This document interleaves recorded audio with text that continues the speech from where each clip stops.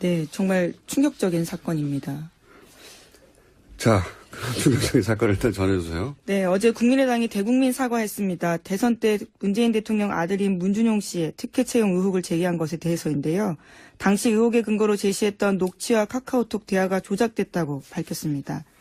대선 4일 앞둔 지난 5월 5일에 국민의당은 문준용 씨와 미국 뉴욕 파슨스 디자인 스쿨을 함께 다닌 동료의 증언이라면서 녹취를 공개한 바가 있습니다.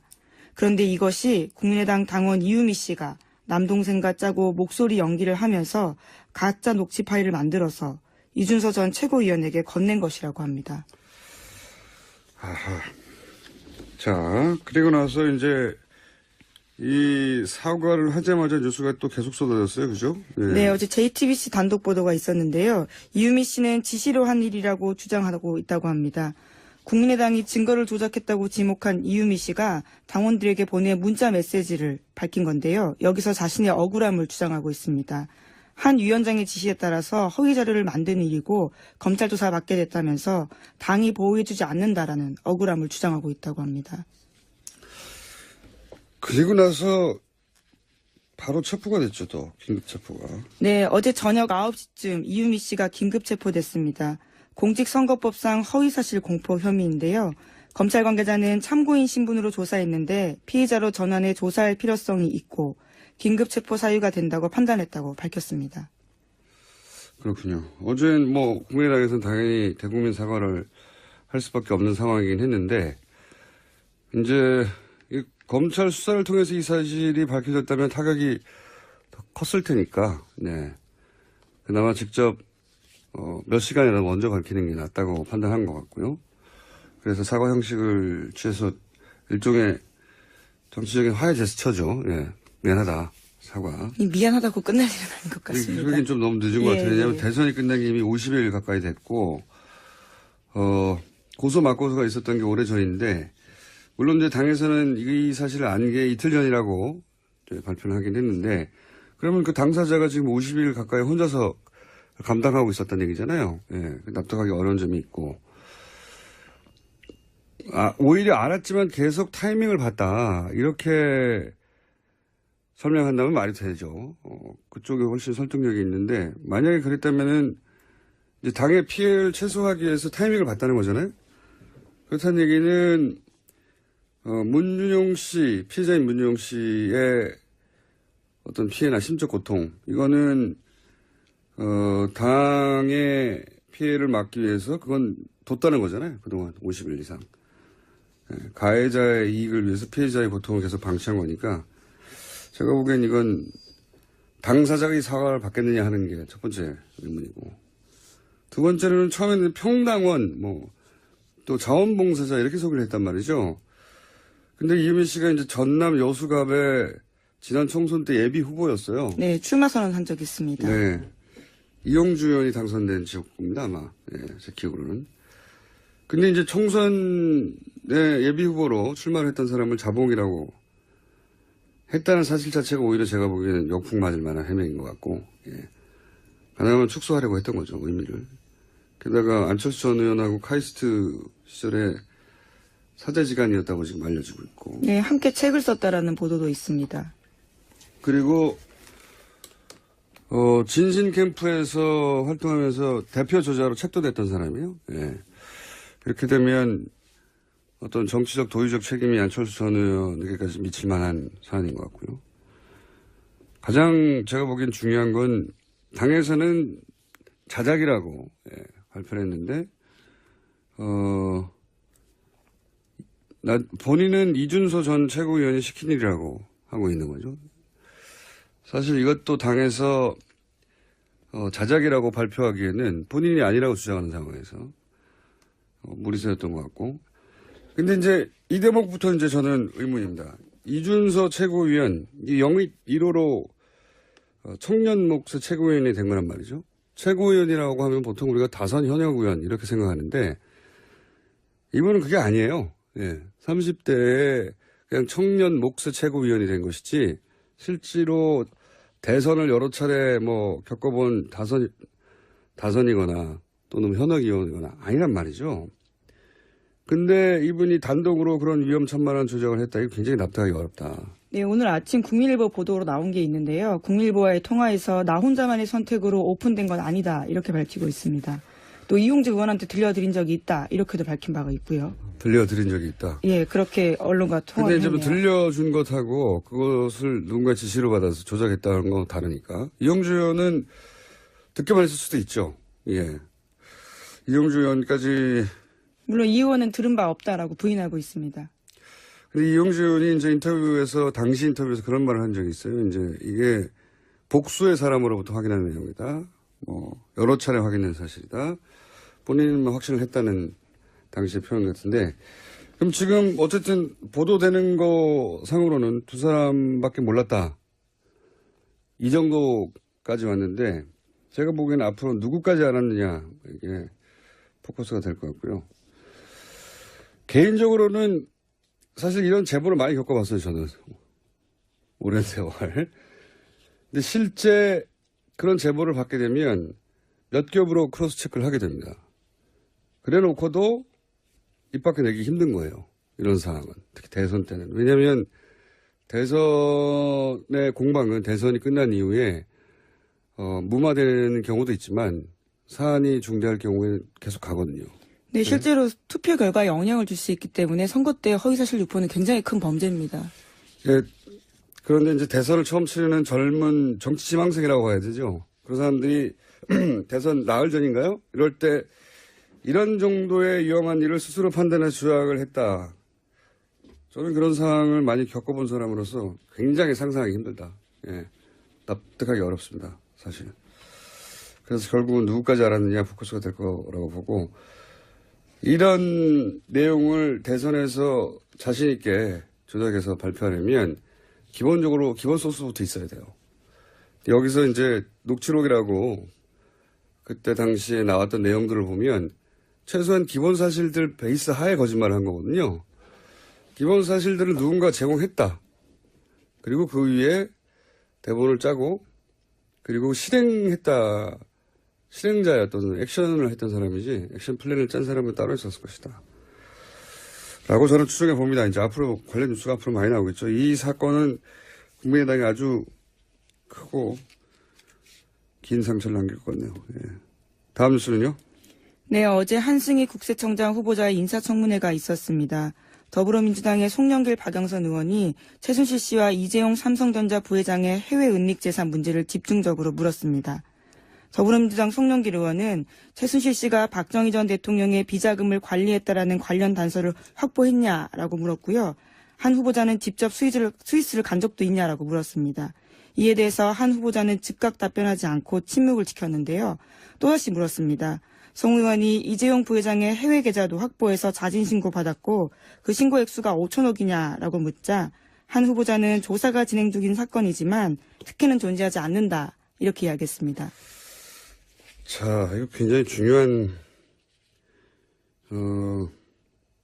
질의였는데 저희가 어제 이 인사청문회에서 있었던 질의 내용을 준비하려고 했는데 준비를 못했나 봐요. 왜 준비를 안 했죠? 어제 준비하기로 했었는데. 자, 이 내용은 간단하게 요약하면 어제 국세청장 청문회에서 송영길 박영선 의원이 거의 유사한 질문을 했죠. 네, 여기에 그렇습니다. 탈세 자발적 신고 기간이 2015년에 있었는데 이 기간 동안 이재용 부회장이 5천억을 신고했다고 하는데 사실이냐? 네. 사실이냐고 물었는데 한승희 국세청장 후보는 뭐 개별 납세에 대해서는 확인해 줄 수 없다. 이게 원론적으로 맞는 얘기죠. 원론적으로 맞는 얘기인데 그리고 또 그 책임이 당시 국세청장이 아니었기 때문에 후보에게 전적으로 있는 것도 아니고. 근데 이 질의가 굉장히 중요한 이유가 뭐냐면 제가 보기엔 굉장히 중요한 질의인데 뉴스가 별로 없어요. 거의 없어요. 왜 중요하다고 보냐면 첫 번째로는 5천억을 탈세하고 아무런 처벌을 받지 않고 지나갔다면 만약에 이런 사실이 실제로 있었다면 이거는 일개 국세청 단위에서 받을 수 있는 게 아니란 말이죠. 예. 이거는 거꾸로 말하면 5천억에 해당되는 삼성 비자금을 합법화하는 길을 국세청이 열어준 거란 말이죠.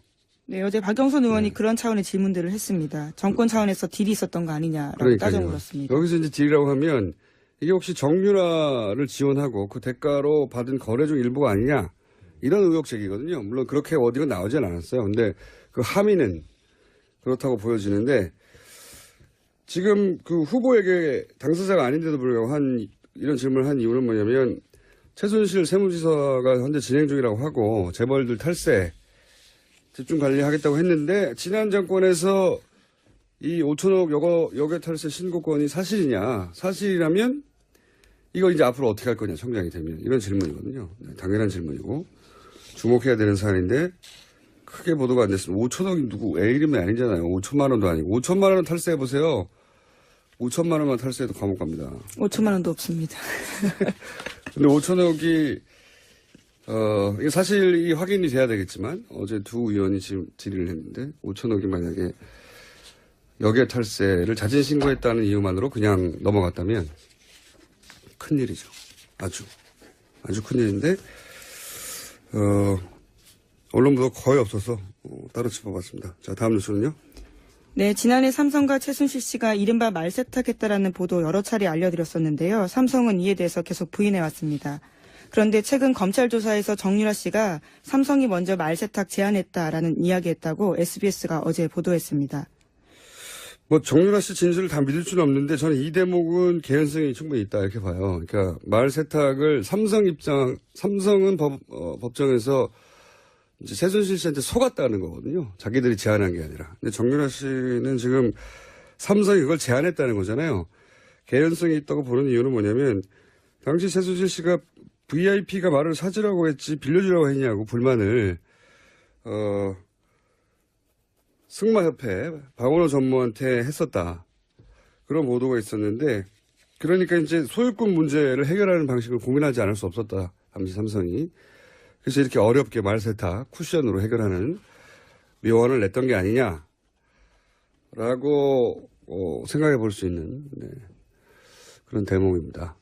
말세탁 얘기 계속 나오네요. 네. 자, 다음 뉴스는요. 네, 어제 삼성 전직 고위 임원들이 박근혜 전 대통령 재판 증인으로 나왔습니다. 그런데 이들 모두 증언을 거부했습니다. 이 말세탁 관련이 뭐니 물어볼 수 있는 대상자들인데 다 거부한 거죠, 다. 네, 형사재판에서 불리하게 작용할 수 있기 때문에 거부 사유 밝혔습니다. 본인들에게 유리하게 작용할 수 있는 것도 말 안 해요. 그러니까 모든 증언을 다 거부한 건 사실 이런 거는 처음입니다. 증인들이 안 나오면 모를까 나와서 전면적으로 모두 다 뭐 재벌의 소속 임원들이 재판에 나와서 증언을 한 적이 많거든요, 과거에. 처음 있는 일입니다. 삼성 직원들은 아무도 말을 안 하는 거죠, 지금. 무슨 말도. 대단합니다. 예. 자, 다음 뉴스는요. 정유라 씨가 삼성의 승마 지원금이 다른 선수에게 가지 못하도록 개입했다라는 채널A 보도도 있었습니다. 박원호 전 승마협회 전무는 최근 검찰에 출석해서 한 이야기인데요. 승마 관련 전문 지식이 없는 최순실 씨를 대신해서 정유라 씨가 선수 선발 전반에 관여한 것으로 안다라고 진술했다고 합니다. 이 얘기는 그런 얘기죠. 원래 이제 승마협회를 통해서, 그림으로는 정유라 씨 혼자를 지원한다고 할 수 없으니까 삼성이. 그림으로는 6명을 뽑아서 지원하는 것으로, 그림을 그렸어요. 예. 그래놓고 이제 마사회에서도 국가대표, 감독급을 데려갔죠. 근데 6명을 결국 안 뽑았어요. 네, 애초부터 정유라 씨 한 명을 위한 지원이었다라는 게 보이는 거죠. 근데 아마도 저는 삼성에서는 몇 명이 가기를 원했을 것 같아요. 그래야지 이 컴플리트가 되잖아요. 네, 위장이 되는데 그럴 생각이 없었기 때문에 모조리 다 거절했죠. 그러면 삼성이 거꾸로 정말 그 올림픽 2020년 올림픽에서 승마 금메달을 따기 위한 프로젝트였다면 삼성이 돈을 주는 갑이잖아요. 돈을 주는 사람이 갑이니까 보통은 거절해도 무조건 선수를 보내거나 압박해야 되는데 거꾸로 이쪽에서 거절하면 안 보내는 것으로 최순실 씨가 원하는 대로 다 진행이 됐죠. 카불이 사실은 최순실 씨 쪽이 갑이었다는 거죠. 예. 그 얘기는 여러 차례 나왔는데 네. 그런데 그 중에 선수 선발에 관한 내용은 정유라 씨가 개입을 했고, 정유라 씨가 아무것도 모른다고 했는데, 정유라 씨가 개입한 정황들이 많이 나오니까 영장은 저는 세 번째는 이례적이지만 재청구돼야 된다고 저는 생각하는데, 자, 관련 주 계속 나오고 있습니다. 지금 재판 중이라서 그런지. 뉴스 하나 정도 더 할 수 있을 것 같습니다. 네, 지난달 25일 청와대 경호실이 이영선 전 경호관 파면했습니다. 직위해제 상태로 경호실 본부에 근무하다가 징계 처분 받은 건데요. 명예를 실추했다라는 것이 징계 사유입니다. 당연한 뉴스로 하나 더 합시다. 너무 짧아서 코멘트할 게 없어요. 네, 그리고 미국 트럼프 행정부가 빅터차 CSIS 한국 석자 겸 조지타운드 교수를 차기 주한 미국 대사에 내정했다고 알려졌습니다. 또 나왔네요. CSIS. 제가 지난주 내내 외교안보 분야의 탑 싱크탱크인데 여기 부서장이 확연한 친일본적인 인사고 친일본적인 발언도 많이 해왔고 그리고 이제 이 CSIS의 일본 재단, 사학화 재단의 자금도 많이 들어갔고 지원도 그래서 친일본적인 성향을 띈다. 거기에 소속되어 있는 한국계죠. 예. 이분은 나름 유명한 분입니다. 네오콘으로. 네, 부시 행정부에서도 일을 했었습니다. 네, 대북 강경책으로 유명한 분이죠. 거의.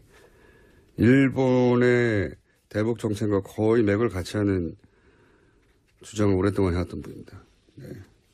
지금 우리 상황에서는 한국계이긴 하지만 전혀 반갑지 않은. 네. 네, 정말 충격적인 사건입니다. 자, 그런 충격적인 사건을 일단 전해주세요. 네, 어제 국민의당이 대국민 사과했습니다. 대선 때 문재인 대통령 아들인 문준용 씨의 특혜 채용 의혹을 제기한 것에 대해서인데요. 당시 의혹의 근거로 제시했던 녹취와 카카오톡 대화가 조작됐다고 밝혔습니다. 대선 4일 앞둔 지난 5월 5일에 국민의당은 문준용 씨와 미국 뉴욕 파슨스 디자인 스쿨을 함께 다닌 동료의 증언이라면서 녹취를 공개한 바가 있습니다. 그런데 이것이 국민의당 당원 이유미 씨가 남동생과 짜고 목소리 연기를 하면서 가짜 녹취 파일을 만들어서 이준서 전 최고위원에게 건넨 것이라고 합니다. 아하.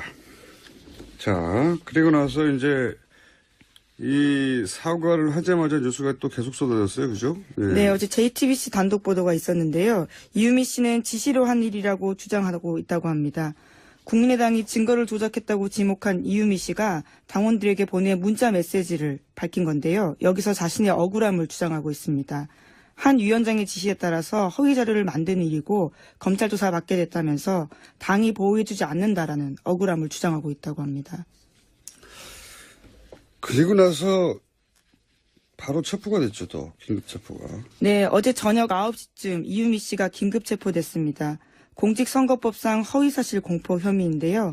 검찰 관계자는 참고인 신분으로 조사했는데 저는 오랜 세월.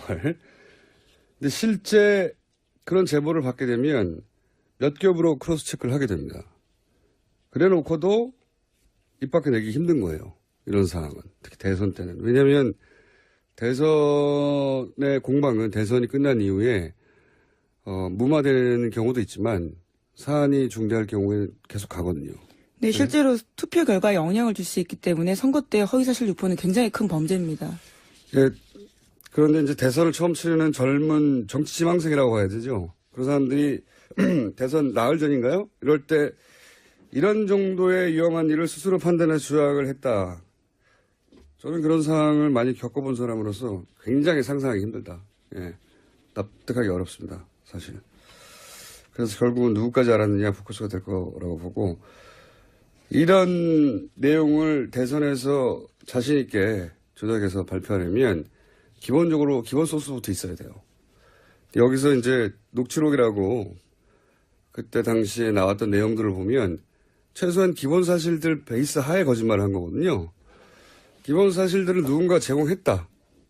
그리고 그 위에 대본을 짜고 그리고 실행자였던 액션을 했던 사람이지 액션 플랜을 짠 사람은 따로 있었을 것이다. 라고 저는 추정해 봅니다. 이제 앞으로 관련 뉴스가 앞으로 많이 나오겠죠. 피의자로 전환해 조사할 필요성이 있고 긴급 체포 사유가 된다고 판단했다고 밝혔습니다. 그렇군요. 어제는 뭐 국민의당에서는 당연히 대국민 사과를 할 수밖에 없는 상황이긴 했는데 이제 이 검찰 수사를 통해서 이 사실이 밝혀졌다면 타격이 더 컸을 테니까 네. 그나마 직접 몇 시간이라도 먼저 밝히는 게 낫다고 판단한 것 같고요. 그래서 사과 형식을 취해서 일종의 정치적인 화해 제스처죠. 예. 미안하다. 사과. 미안하다고 끝날 일은 아닌 것 같습니다. 그러긴 좀 너무 늦은 것 같아요. 왜냐하면 예. 대선이 끝난 게 이미 50일 가까이 됐고, 고소 맞고소가 있었던 게 오래전인데, 물론 이제 당에서는 이 사실을 안 게 이틀 전이라고 발표를 하긴 했는데, 그러면 그 당사자가 지금 50일 가까이 혼자서 감당하고 있었다는 얘기잖아요. 예. 납득하기 어려운 점이 있고. 오히려 알았지만 계속 타이밍을 봤다. 이렇게 설명한다면 말이 되죠.